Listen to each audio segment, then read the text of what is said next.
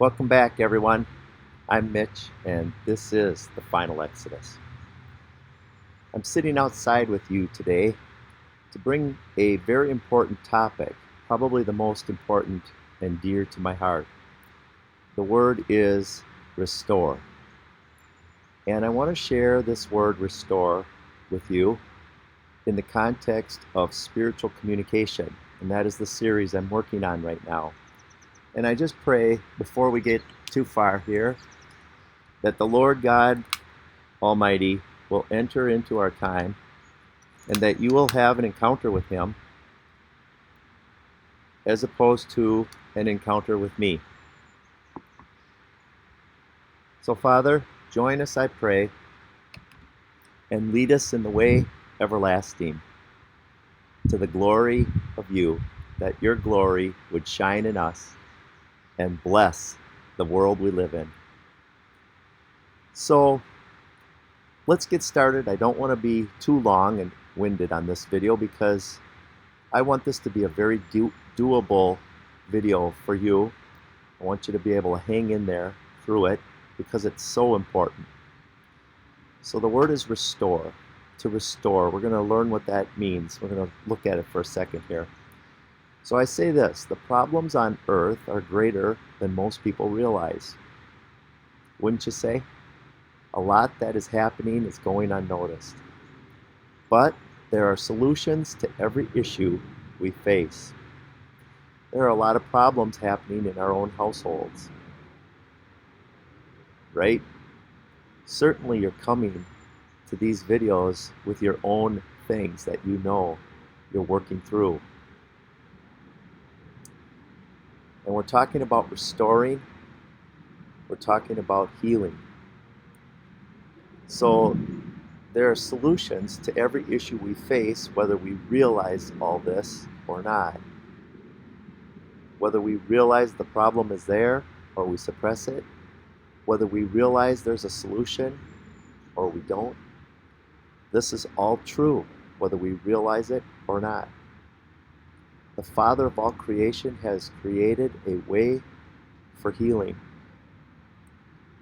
So what everyone needs, most, if not all, people don't want. I know that's a strong statement, isn't it? That's a rather strong statement. What everyone needs, most, if not all, people don't want it. That's why when I pray for restoration, I pray, bring me to the place that you desire for me in spite of myself. That's how I pray. Get me to where I need to be in spite of me. Because I know very often when it comes to restoration, I can stand in the way. How about you? Can you relate with that? So I have diagnostic questions for you regarding your desire to be restored.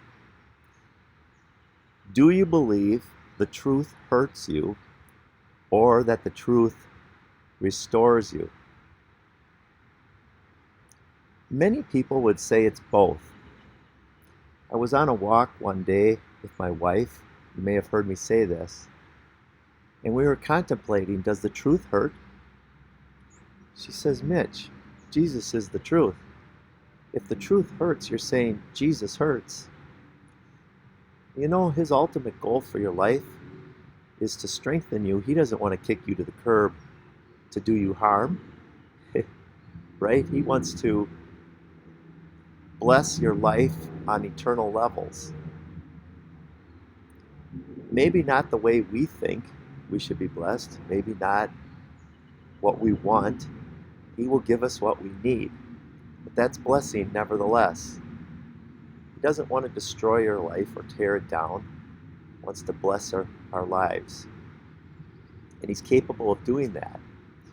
And he does it as a physician. He heals our lives.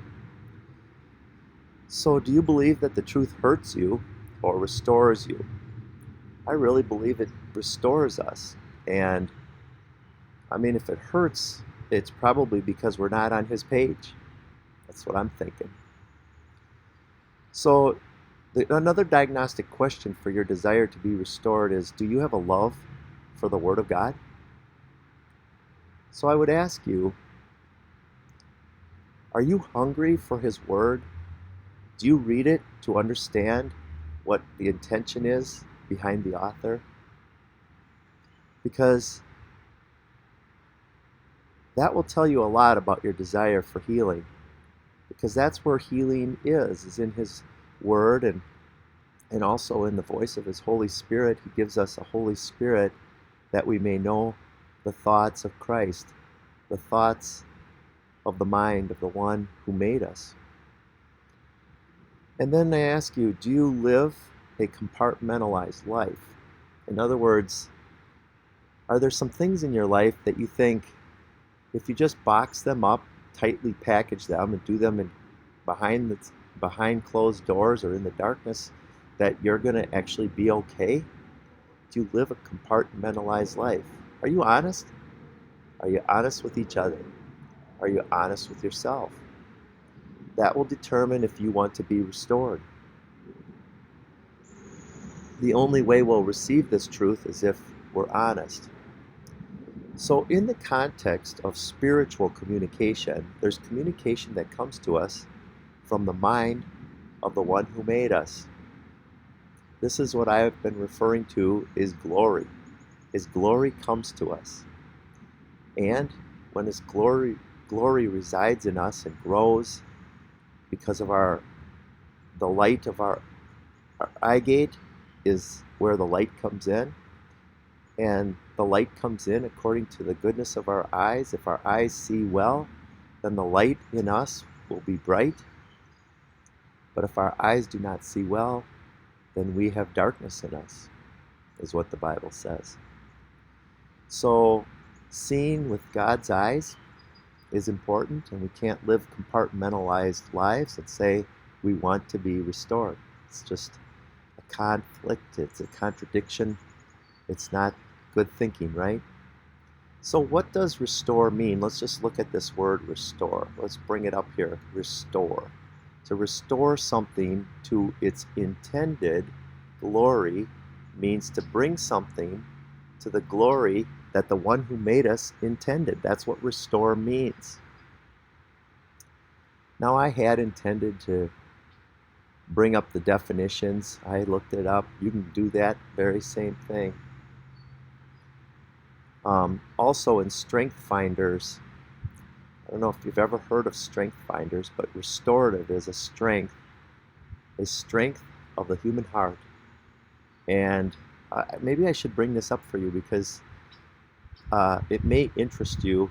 You should think about this. Let's go here and get this from, it's now called Clifton Strength Finders, and you can find it under Gallup.com. And they do this assessment that I think everybody should do. It's assessing 34 human strengths, and one of them is restorative. That happens to be my main strength, is restorative.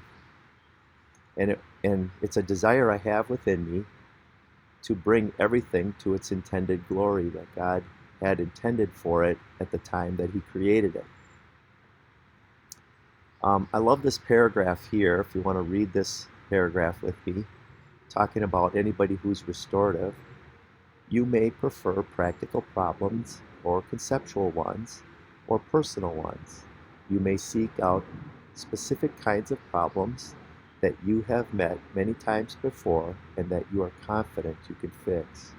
Or you may feel the greatest push when faced with complex and unfamiliar problems. So it's a matter of being able to have healing hands or a healing heart, a desire for healing. So, I mean, this is a very interesting little article. I left this up here so you can read it. I'll just give you the other components of it here. I'll just scroll through and you can read this, what it means to be restorative. And I really believe it's very unfortunate that all believers are not educated on how to be restorative. I believe that's an important part of any Christian life. It's for the edification of the people. So God gives you strengths in you for the edification or the building up of one another. And that's what restorative is. So I'm just going to put this down for a second here. Go back to the notes. So I call restorative thinking as garden planting. This is a very important video because we're talking about planting gardens, like my deck here, just being able to put some flowers on the deck and tomato plants and pepper plants, some beautiful things that we could sit out here with the torches at night and the cafe lights and a little music, and we can enjoy our marriage together on the deck. That's what I call garden planting. So my wife and I are intimate with each other in various ways that are like a dance. We're building our family, we're building our life. And this true love is evident to all. Now we're still working on it, so we're being restored even as we try to restore. So I don't want to give you the impression that we've made it. We really have a lot of work that has to be done on us, and we're learning too. But I love that. I don't have a problem with that. And do you know why? The reason is we're not God. No, we're not. We are His creation, and we're in need of restoration. And He is the restorer. You know, I think often we think we're the problem solver. We're the solution. If there's a problem, we need to be the solution. You know, the truth is, we're the problem. He's the only solution. I don't know if you realize that. But even when I restore others, I'm realizing it's not me. It's Him working in me and through me to restore. So even if I do a good work, every good and perfect gift, it says in James 1:17, every good and perfect gift is from above, coming down from the Father of lights, with whom there is no variation or shifting shadows. I memorized that years ago when I used to read the NIV Bible. So that's in the NIV version. I'm sorry, I like it. Whether you don't like the NIV or not, I don't know. But that's the way I learned it. And it's very, very nurturing to my soul that He is all the goodness in my life. And I believe that to be true. So He brings goodness to my thinking, to my emotions, to my human heart. He heals my marriage, my children, my friendships. Apart from Him, I can do nothing. He's the one who's given me a new spirit, and He is taking care of my body and teaching me in the ways to go, that I may do the right things, that I will grow in stature. And He's also helping me manage my time and the talents that He's given me and the treasures that He's entrusted to me. He's showing me how to use all these things, that they will be restored to their intended glory, to the purpose that He's intended for them. What do you think? Isn't that exciting? I don't know too many things that are much better than that. This gets me excited. So I talk about this goal in life of Christ-likeness. And all of our life is a stewardship. Nothing we have do we really own.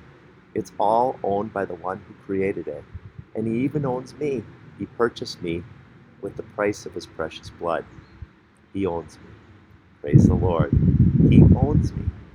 And so I have been entrusted with a stewardship over all these things.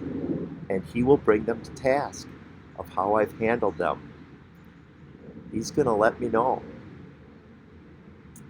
That's going to be a very big day. And I'm preparing for it. So that's important in regard to restoration. He is the great physician, and Jesus said this in Mark 2:17. When Jesus heard it, he said to them, "They that are whole have no need of a physician, but they that are sick. I came not to call the righteous, but sinners to repentance." I say the best place to put yourself right now is to get out of the throne of your life. Once you realize that it's Christ's throne, get out of that throne, because that's usually where we find ourselves, right? Get out of the throne of Christ and put yourself at his feet. If you're to be on the throne with him, he'll put you there, but certainly don't put yourself there. The best place we can all be to be restored is at the foot of the throne of God. Lay there. Amen. Blessings, guys. This is a short message. I hope it blesses you.